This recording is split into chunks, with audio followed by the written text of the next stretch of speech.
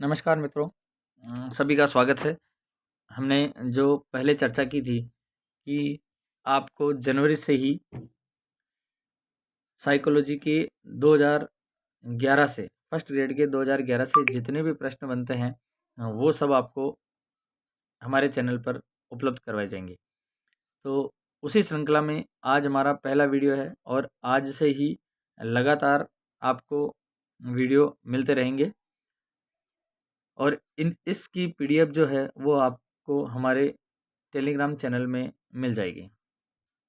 अगर आप ध्यान से इनका रिवीजन करते हैं, इनको 2 या 3 बार इन वीडियो को और इन पीडीएफ को पढ़ लेते हैं, तो यकीन मानिए कि 30 में से लगभग 27 या 28 प्रश्न आपके सही होंगे। ये मैं आपको दावे के साथ कह सकता हूँ। और आपका 2 से 3 बार जो रिवीजन है वो साइकोलॉजी का वो यहाँ से कंप्लीट हो जाएगा। आरपीएससी की साइट से डाउनलोड किए गए हैं। बस ये है कि इनको टाइप किया गया है और बाकी के जो ऑप्शन हैं उनको हमने हटा दिया है और जो राइट आंसर है, जो आंसर की है आरपीएससी की साइट पर, वही हमने यहाँ पर इसको अंकित किया है, ताकि अगर हम उनको पेपर को डायरेक्ट आपको अवेलेबल करवाते तो बहुत सारे पेपर हो जाते, न जाने 2000 3000 कितने पेपर आपको प्रिंट करने पड़ते। और ये बिल्कुल शॉर्ट है और इससे आपको बहुत लाभ मिलेगा। अगर वीडियो अच्छा लगता है तो आप इसे लाइक कर सकते हैं, शेयर करें और अधिक से अधिक दोस्तों के साथ इसे शेयर करें और जितने भी एजुकेशनल चैनल हैं उन पर आप इनको शेयर कर सकते हैं। स्टार्ट करते हैं। ये आपका जो पहला पेपर, आज का पहला वीडियो हमारा और पहला पेपर है। लगभग ये मान के चलिए कि 1100 प्रश्न आपको मिलेंगे साइकोलॉजी के, और अगर इनको आप 2 या 3 बार आराम से ढंग से देख लेते हैं तो ये मान के चलिए कि 2 से 3 बार आपका साइकोलॉजी का रिवीजन हो जाएगा। शुरू करते हैं आज के पहले प्रश्न से कि ये 2016 का है, बायोलॉजी का पेपर है। पहला प्रश्न है, शिक्षा मनोविज्ञान मनोविज्ञान की वह शाखा जिसका संबंध पढ़ाने व सीखने से है, ये कथन किसका है? तो ये कथन है स्किनर महोदय का। अगला प्रश्न है कि शिक्षक के लिए मनोविज्ञान की उपयोगिता जिस क्षेत्र में है वह है, यानी शिक्षक के लिए किस की उपयोगिता जो है मनोविज्ञान की वो किसके क्षेत्र में है? तो पहला है उचित शिक्षण विधियों के प्रयोग में, बालकों के व्यक्तित्व के सर्वांगीण विकास में और कक्षा के समस्याओं के समाधान में। अगला प्रश्न है अपना कि संबंध प्रतिक्रिया के प्रतिपादक कौन है, यानी जो संबंध प्रतिक्रिया है उसके प्रतिपादक कौन है? तो संबंध प्रतिक्रिया के प्रतिपादक हैं पावला। अगला प्रश्न है प्रभावशाली अधिगम के आयाम हैं। तो प्रभावशाली अधिगम के जो आयाम हैं वो है संकेत अधिगम, उत्तेजन अनुक्रिया अधिगम और श्रृंखला अधिगम। इस चीज़ को आपको थोड़ा सा ध्यान में रखना है। अगला है कि बालक के मानसिक स्वास्थ्य पर बाधा डालने वाला तत्व कौन सा है? तो पारिवारिक संघर्ष। जब भी परिवार के अंदर कलह या संघर्ष होता है तो वह बालक के मानसिक स्वास्थ्य को बहुत अधिक प्रभावित करता है। उसके बाद आगे देखते हैं कि अध्यापकों और विद्यालयों के द्वारा किशोरों के लिए क्या करना चाहिए, यानी अध्यापकों और विद्यालयों को किशोरों के लिए क्या करना चाहिए? तो एक तो उचित व्यवहार होना चाहिए, व्यावसायिक शिक्षा प्रदान करनी चाहिए और उचित यौन शिक्षा भी प्रदान करना आवश्यक है।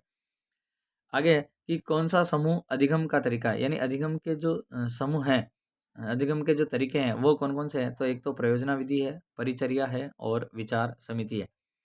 इसमें इस चीज़ को भी ध्यान रखना है कि अभिक्रमित जो है वह अधिगम नहीं है, यानी अधिगम का तरीका नहीं है। इस चीज़ को आपको थोड़ा सा ध्यान में रखना है। उसके बाद हम बात करते हैं कि आदतें, ज्ञान और अभिवृत्तियों को अर्जित करने की प्रक्रिया ही सीखना है। तो ये प्रश्न इस प्रकार से भी आ सकता है कि ये परिभाषा किसने दी? आदतें, ज्ञान और अभिवृत्तियों को अर्जित करने की प्रक्रिया ही सीखना है। तो ये परिभाषा है क्रो एंड क्रो की। इस चीज़ को आपको थोड़ा सा ध्यान में रखना है।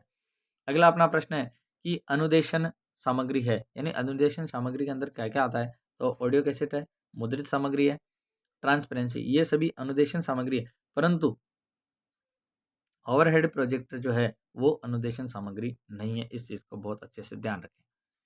अगला है कि सूचना एवं संचार प्रौद्योगिकी में क्या क्या सम्मिलित है?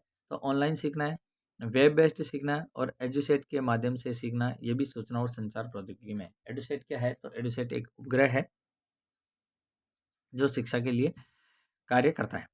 अगला है कि अधिगम का सर्वाधिक उपयुक्त उद्देश्य क्या है? तो व्यवहार का रूपांतरण अधिगम का सर्वाधिक उद्देश्य। एक चीज़ आप ध्यान रखें, इस प्रश्न को बहुत घुमा के दिया गया है। वैसे इसकी परिभाषा भी आती है, अधिगम क्या है?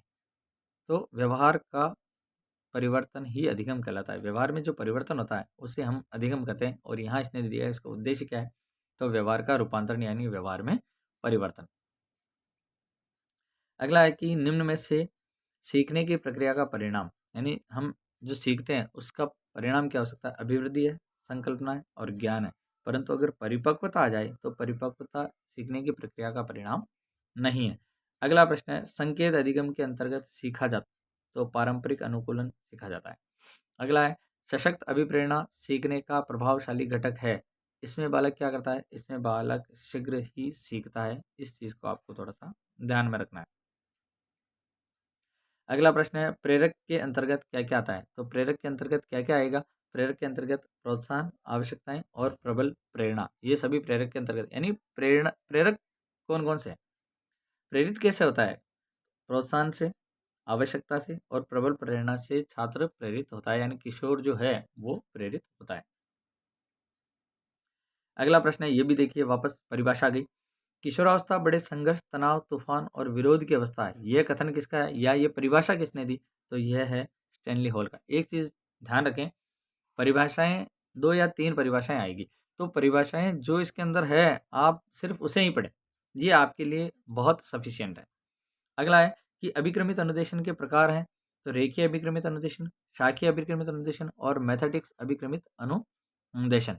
अगला प्रश्न है अपना, सहायक शिक्षण सामग्री है। सहायक शिक्षण सामग्री कौन कौन सी है, पवन मिल कार्यकारी प्रतिमान, टेप रिकॉर्डर और 16 mm फिल्म प्रोजेक्टर तो जो है वह सहायक शिक्षण सामग्री का प्रतिमान है।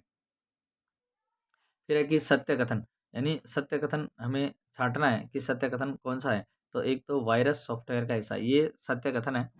ये प्रश्न में से बनाए गए। अब कई बार ये प्रश्न इस प्रकार से भी आता है कि वायरस क्या है, तो वायरस एक सॉफ्टवेयर है। इस चीज़ को आपको थोड़ा सा ध्यान में रखना है। फिर है, शिक्षण का मुख्य उद्देश्य है, तो शिक्षण का मुख्य उद्देश्य है तर्क शक्ति का विकास और चिंतन का विकास करना। अगला प्रश्न है, शिक्षण प्रतिमान एडवांस ऑर्गेनाइजर के प्रतिपादक कौन है, तो वो है डेविड आसुएल। बहुत बहुत अधिक पूछे जाने वाला प्रश्न है। शिक्षण प्रतिमान एडवांस ऑर्गेनाइजर के प्रतिपादक हैं डेविड आसुएल।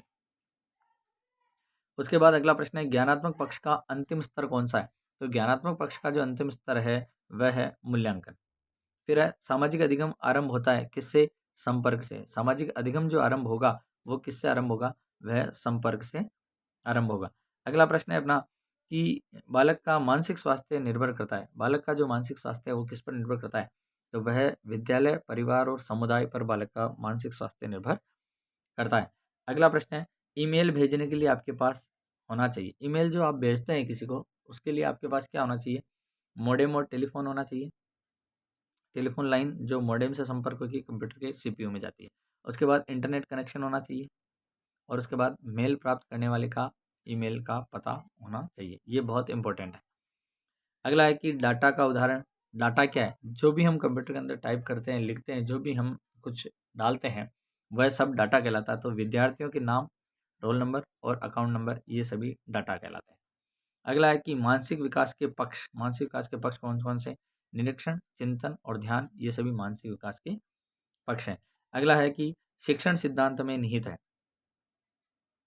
शिक्षक का व्यवहार, छात्र का व्यवहार और शिक्षण का प्रभाव, ये सभी शिक्षण सिद्धांत के अंतर्गत आते हैं।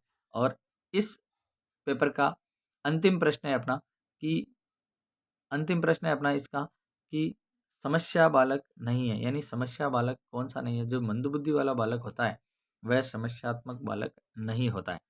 इस प्रकार से हमने आज पहला पेपर सोल्व किया है। इसकी पीडीएफ आपको हमारे टेलीग्राम चैनल पर मिल जाएगी और उस टेलीग्राम चैनल का जो लिंक है वो आपको इसके डिस्क्रिप्शन में मिल जाएगा। अगर वीडियो अच्छा लगा हो, आपके लिए हेल्पफुल हो, तो आप इसे लाइक करें, शेयर करें और सब्सक्राइब नहीं किया तो सब्सक्राइब करें। जितने भी आपके फ्रेंड्स और जितने भी पढ़ने वाले हैं जो भी तैयारी कर रहे हैं आरपीएससी की, उनको आप ये शेयर करें ताकि उनके लिए भी काफ़ी फ़ायदेमंद होगा। ये वीडियो की जो श्रृंखला है ये कंटिन्यू चलेगी, तो बने रहें हमारे चैनल के साथ। मिलते हैं अगले वीडियो में। जय हिंद, जय भारत।